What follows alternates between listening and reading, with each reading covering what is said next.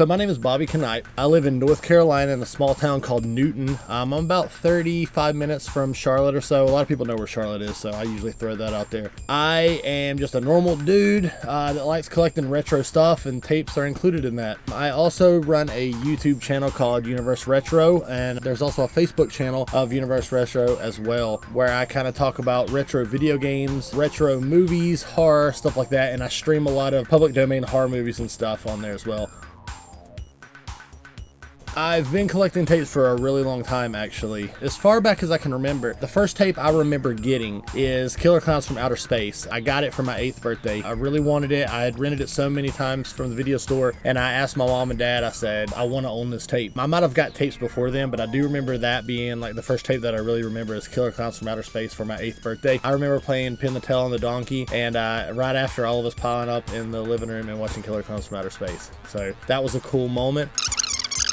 The next big thing in my life that I remember collecting tapes was when I was about 16 or 17. I started working at Hollywood Video, if you guys remember that, and I was in high school. At that point, I wasn't specialized in how I wanted to collect or what I wanted to collect. I just knew I wanted my own video store in my house. So in my room at my parents' house, my dad helped me build shelves from the floor to the ceiling that would hold tapes. And at that point, I was just collecting everything. If I had Godfather 2, then I went and got Godfather 1 and 3 to go with it. I just wanted to have a video store in my house. I didn't really start collecting mainly horror and going more specialized until a little bit later. When I was about maybe 20 years old or 21, it was before Facebook. And MySpace was kind of big, but they didn't really have like a collector community on MySpace. But the website bloodydisgusting.com had forums, and one of the subcategories of their forums was like horror swap and merch and stuff like that. I found a few people on there that liked collecting tapes and bootleg tapes, and back then the bootleg community, it was literally just a black tape with maybe the name of the movie written on top, and maybe if there was a movie that you couldn't find anywhere, somebody would make a copy of it and send it to you. But that's where I first started collecting tapes and trading, and that was probably around 2003, somewhere right around there, 2002, 2003. That was how I first saw Necromantic for the first time. Somebody had sent me a bootleg of Necromantic, but I started collecting tapes and trading tapes there.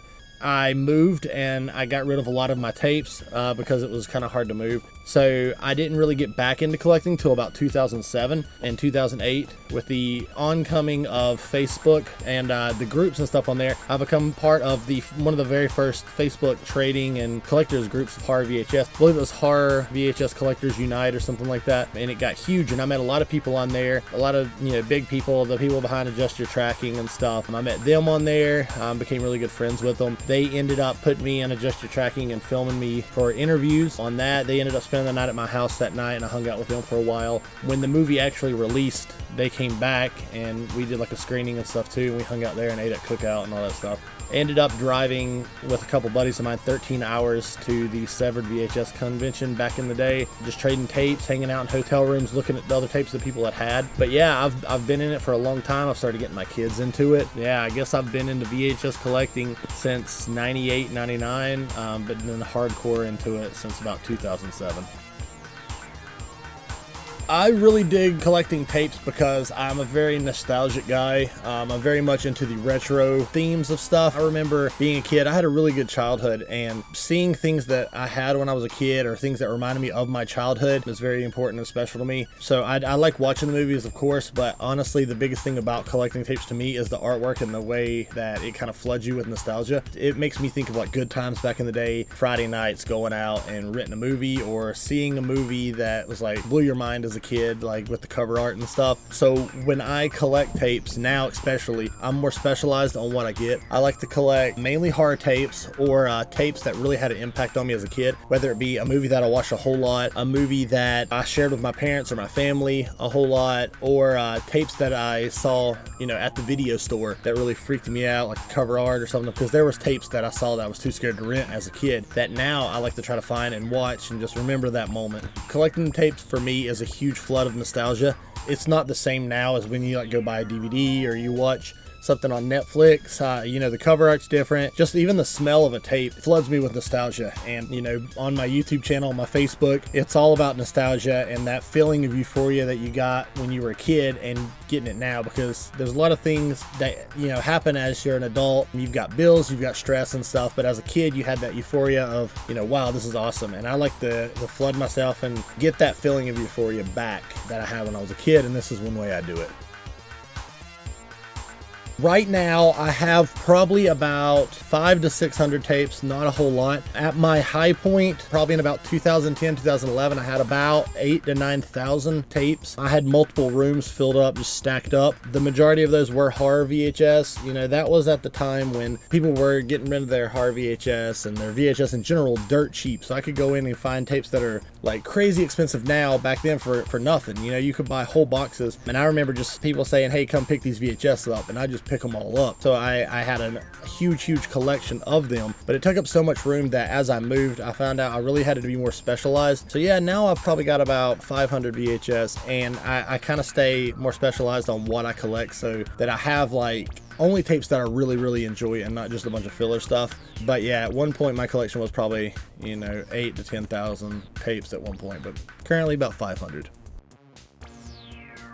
So I have a lot of really prized tapes in my collection because, like I said previously, I only really collect things that really had an impact on me as a childhood at this point. But one that I really enjoy, and it's not necessarily rare by any means at all, but it really is one of my most prized possessions, is actually The Wizard with Fred Savage. Every time I see a copy of The Wizard with Fred Savage, I grab it. Whether it's a Good Times release or it's the original release or even if it's just a tape only release in a rental clamshell. I grab them every time I can because I love The Wizard. Huge fan. I bought, like, you know, the DVDs, the Blu-rays, the VHS, all that. The Wizard was an important part of my childhood because I was a lot, you know, really big into gaming. And when The Wizard came out and everybody was talking about Super Mario Bros. 3, it was insane. Like, I remember being a kid, I was 5-6 years old when this came out, and everybody was talking about it and how we had to go see The Wizard. When I finally seen it, it was just the perfect epitome of what was cool in 89, 90, somewhere right around there. You know, just the way they talked, the way they dressed, the video games. Like, I wanted to be Fred Savage in this movie. And even when I watch it now, that, like I said previously with the nostalgia flood, I'm flooded with nostalgia watching this movie because it is a perfect time capsule of 89 and 90 and when I was a kid. And even watching the story now, it's a really good story and a really good feel-good story. And yeah, I love The Wizard. I know I'm probably cheating here, but I do have a second, like, most prized possession, and it kind of goes in to one of the rarer ones that I own as well, and it's not super rare, but one that I really enjoy having is the Comet Big Box of Alien Prey. This is one that when I was a kid I seen on the shelf, and the cover art there just scared me so bad, and it's so graphic that I was too scared to rent it. But I remember being, you know, a little kid looking up at the shelves and seeing the big box on the top and wanting to see what was on the back, but I couldn't even reach to see the back of the box, but I was too scared to rent it. So this was definitely one that, as I started recollecting things from my childhood, I definitely sought out and finally found a really good version, very good copy of it to add to my collection. So Alien Prey is not a very good movie by any means, but the box art and stuff really means something to me from my childhood. So one of my most prized possessions is Alien Prey and The Wizard. When it comes to rare tapes, a lot of the rare tapes that I have aren't crazy rare. My own Cannibal Campout and Video Violence, those are uncut copies I've got packed up. Those are kind of rare, but when I bought them, they really weren't rare. I actually found Cannibal Campout at a thrift store that was going out of business, and they were $1 a piece. Even back then, I was able to buy Cannibal Campout if I wanted for 25 bucks or so. Like, it wasn't the price they are now. But now I guess that is considered a rare tape. Some of the ones that I guess you would consider rare, but aren't too crazy, is the Zombie Big Box that I got in really good shape. I got it in a big box protector. The inside of the box is a little worn, but the edges are still pretty good, and it's a pretty good box. I also got the reprint of Zombie as well, just to kind of pair them up. Yeah, those aren't really rare, but it's something cool that I like. I also got Seven Doors of Death, which I really enjoy. I actually got this recently too. A very good colorful box of Seven Doors of Death. This was actually a movie I really enjoy, and the box art is just awesome because I'm a big comic book guy too, and the cover reminds me of like Creepshow and horror comics and Tales from the Crypt and stuff. So really love that thriller big box of Seven Doors of Death. Not necessarily super rare, but you know, I don't really go for the rarest of the rare tapes, but you know, I got some back here that might be considered rare. But yeah, I would say probably Alien Prey goes in there too, with one of the more non-common tapes that I've got. I'm always out looking online and looking out in the community and yard sales and stuff for tapes. One that I'm still looking for, I used to have the Lunch Meat slipcase back in the day, but I've always been looking for a good quality version of Lunch Meat in big box, which is really hard to find. Lunch Meat is one that I remember from the video store, so that's definitely one that hits my nostalgia and I definitely want to own. So I'm always on the lookout for Lunch Meat big box at a decent price, because I've seen them pop up, but those prices are unbelievably expensive. So I should have bought them back in the day, but I didn't. I guess you would say that was my grail tape currently that I'm looking for, is Lunch Meat big box. I actually got in touch with Kirk Alex, the director of Lunch Meat. I found him on Facebook. He doesn't have any copies of them, but he did send me a 8x10 promo poster that he just sent out, and he signed it for me and stuff, and but he like signed it and sent it to me. So that's the closest I've got to the Lunch Meat big box, but that's a really cool thing that I've actually never seen pop up again. So Holy Grail tape, Lunch Meat big box is currently it till I find it. Not necessarily Holy Grail tapes, but tapes that I'm currently looking for. I want to really go into the subgenre of dolls, not so much the mainstream stuff such as Puppet Master, but like dolls and Dolly Dearest and stuff like that, maybe Pinocchio's Revenge. So not necessarily hard to find stuff, but that is currently the tapes that I think I'm going to go looking for next, as the whole doll horror genre. So I definitely want those. I also heard of a movie recently that I had never heard of called Savage Weekend, I think, or no, Long Weekend. Heard of Long Weekend, and basically it's animals and they're going crazy. I love bug animal movies, such as like Tarantulas, Kingdom of the Spiders, Day of the Animals, stuff like that. This Long Weekend movie sounds awesome. These people are like in the woods camping and all the animals are trying to kill them. Never seen it, but that's one that I'm going to try to find currently as well. So yeah, looking into animals going crazy genre and the killer doll genre is the tapes that I'm currently going to start looking for now.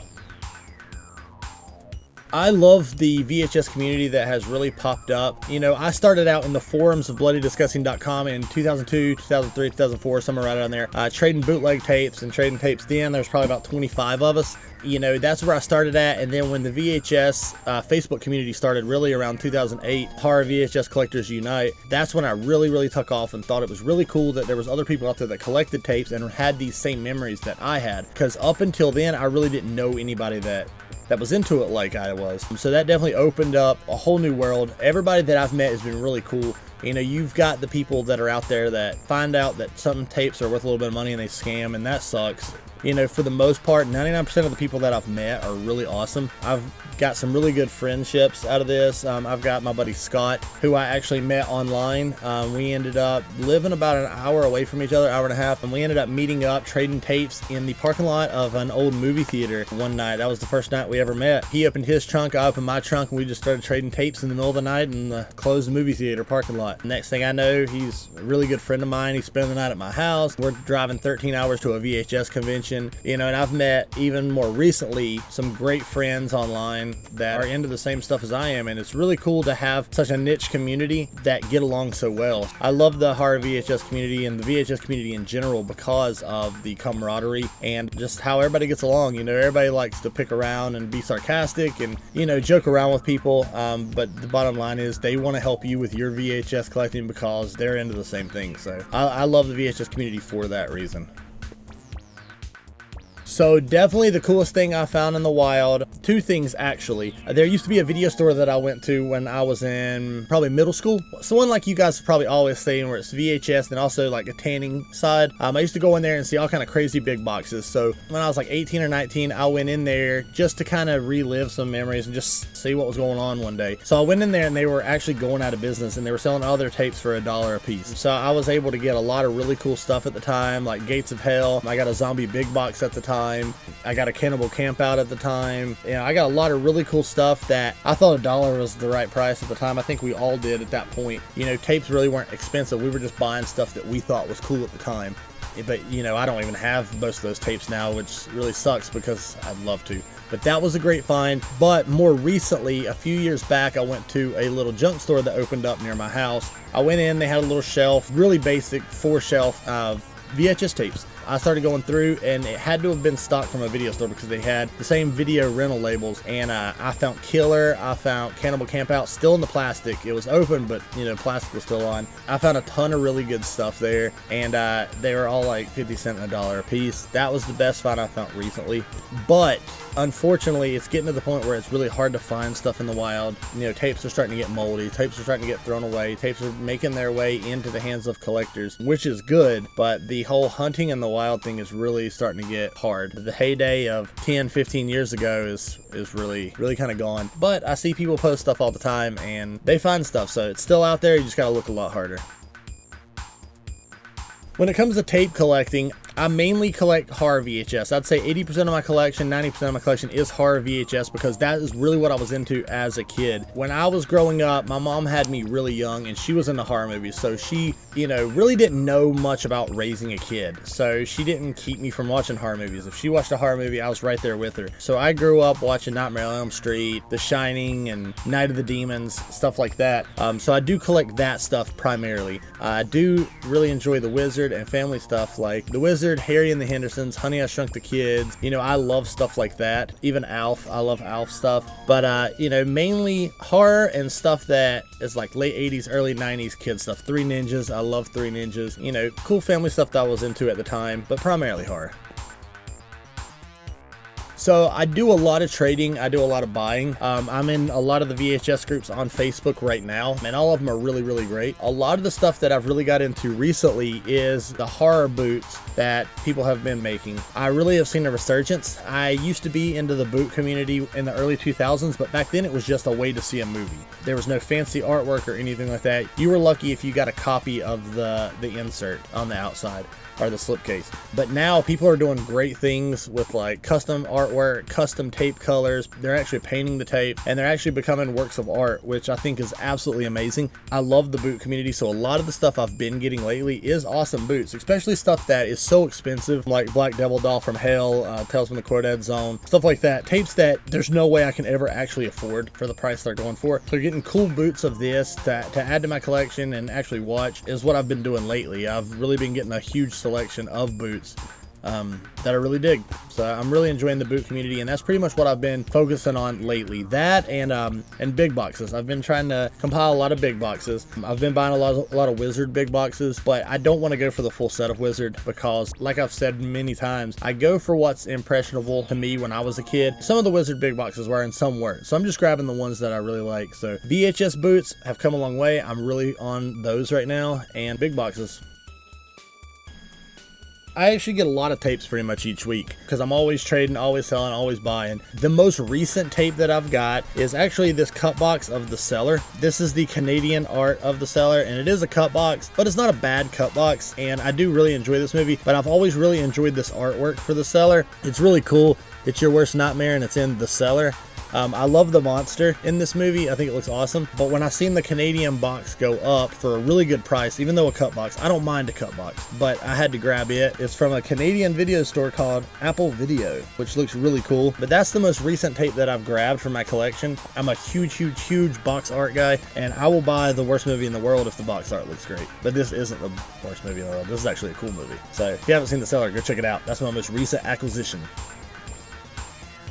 It's funny that we were just talking about the newest tape I own because the first one I remember owning is Killer Clowns from Outer Space. It was for my 8th birthday. I remember asking my parents for one thing, and the only thing I asked them for was a copy of Killer Clowns from Outer Space. I think specifically I said I wanted the copy from the store. I said I never wanted to have to take it back because that was such an impressionable movie on me at the time. I loved Killer Clowns from Outer Space, the effects, the story, like I could just watch it a million times. And I rented it so many times that I told my parents, for my birthday, I just never wanted to have to return that movie. So my parents bought me a brand new copy of Killer Clowns from Outer Space back in the day. Unfortunately, I don't have that copy anymore. I'm sure that I had tapes before then. My parents, especially my dad, really jumped into VHS when it was really taking off, and he paid hundreds of dollars for a VHS player, and he used to buy a lot of tapes. The first first one I remember specifically getting was Killer Clowns from Outer Space when I was 8 years old for my birthday. But I remember having some thriller big boxes. I think The Evil That Men Do was one. I remember having Friday the 13th Part 5. Those are two that I really remember watching a ton. And the original Halloween, my dad owned those, and